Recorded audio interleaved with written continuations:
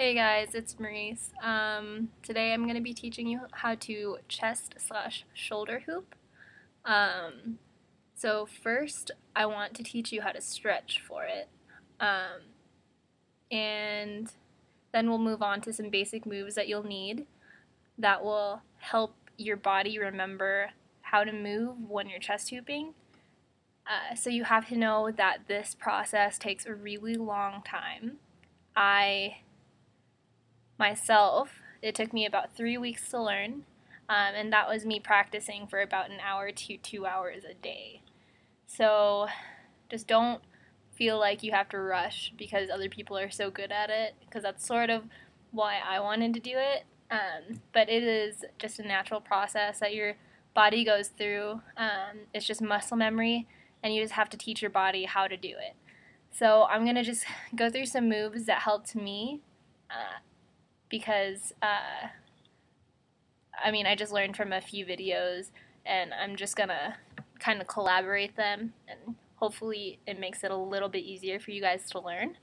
So, as you've probably seen in most videos, you have to stretch for chest hooping because people's backs are naturally already tense, or most people's are. So you have to stretch out your back so that it's more open. So if you don't know what the cat-cow pose in yoga is, that's what we'll be doing. So for chest hooping, you want your, just like bend about this much in your knees or so, and you're gonna keep like a straight spine and bend your back in. And then for cat pose, you just make like a really big arch in your back. Make sure that it's still comfortable for you, so that you're not just like breaking your like shoulder blades open. So you're just gonna do that a couple times. So cow, cat, cow, cat, cow, cat, and eventually just get really fast at it so that you're doing like a pulsing move. So you like this, and then whenever you get comfortable with that, start to rise up to a standing position. So it'll look like this.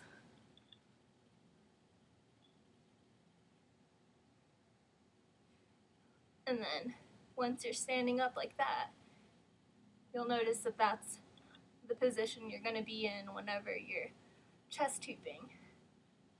So that's one of the essential moves that you need to know for chest hooping, but also you need to know going side to side, because your body, whenever you're chest hooping, is just isolating like your rib cage. So,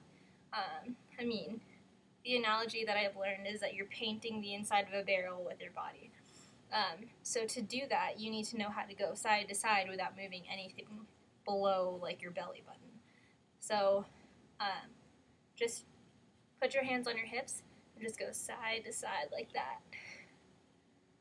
And then once you're comfortable with the cat-cow pose and this, or cat-cow stretch and this stretch, you can go back and forth, side to side, or do compilation, back, side, or front, side, back, side, front, side, back, side. And then depending on which way you hoop, you'll go that way. Because eventually your body is just going to move in a circle like so. And you should probably practice doing that too, so that it's really smooth.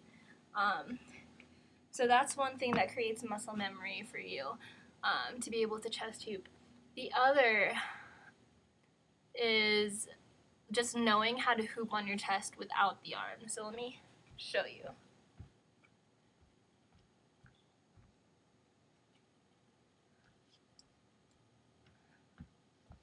So you need to know how to chest hoop, probably for me to teach you this. So if you don't already know, it's exactly the same motion that stretch was like telling your body how to do.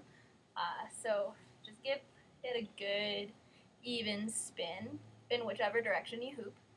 I hoop to the left, So I'm just gonna do that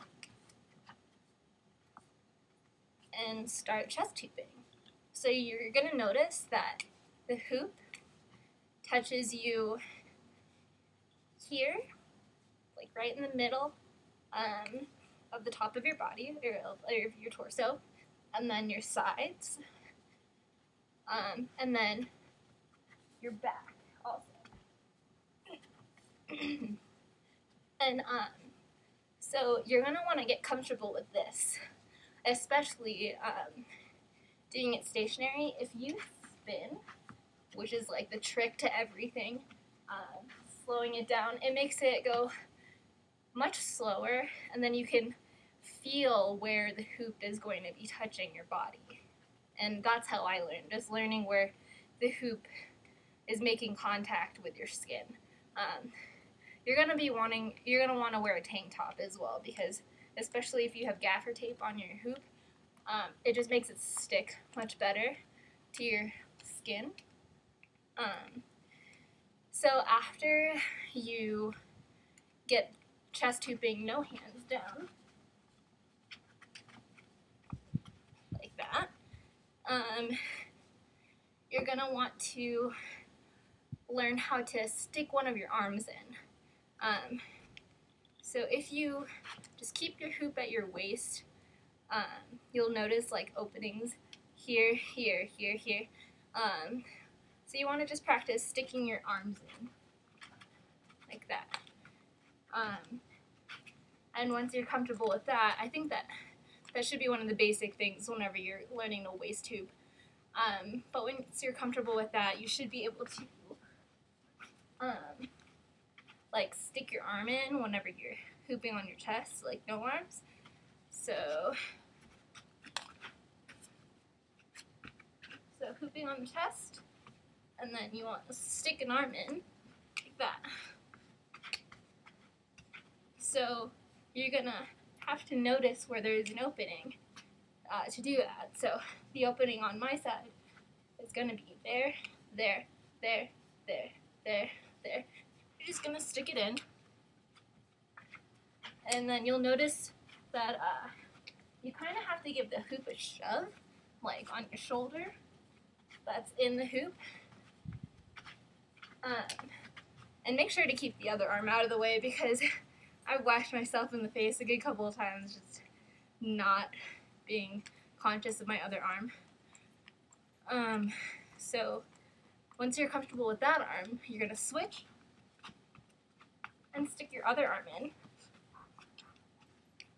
And the same thing, instead of pushing forward, your shrug is going to be towards the back. So like that. It's a little bit exaggerated. But the reason that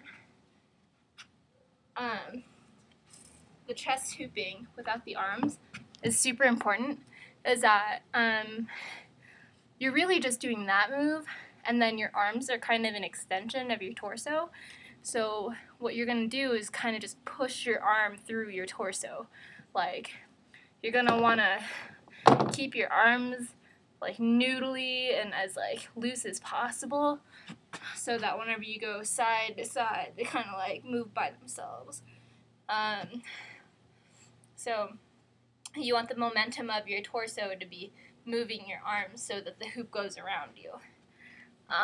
So once you get comfortable with both of your hands like by themselves in the hoop and pushing it around, try sticking both of your hands in there and see what happens. That's what I did, and it took me maybe like 5 days at most after I learned how to do both of my hands in there. So it's going to look like this.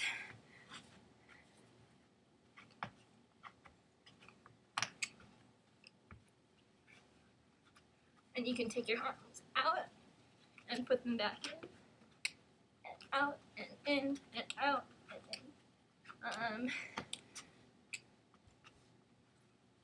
It's also going to help you to put both of your arms in like by themselves, because you can do little tricks and stuff like what I was just doing. So hopefully that helps. If not, just let me know and I will redo the tutorial. This is like my third try, so hopefully it works. Yeah, so good luck with that. Happy hooping, and just let me know if you guys need help with anything else, okay? Mwah, much love.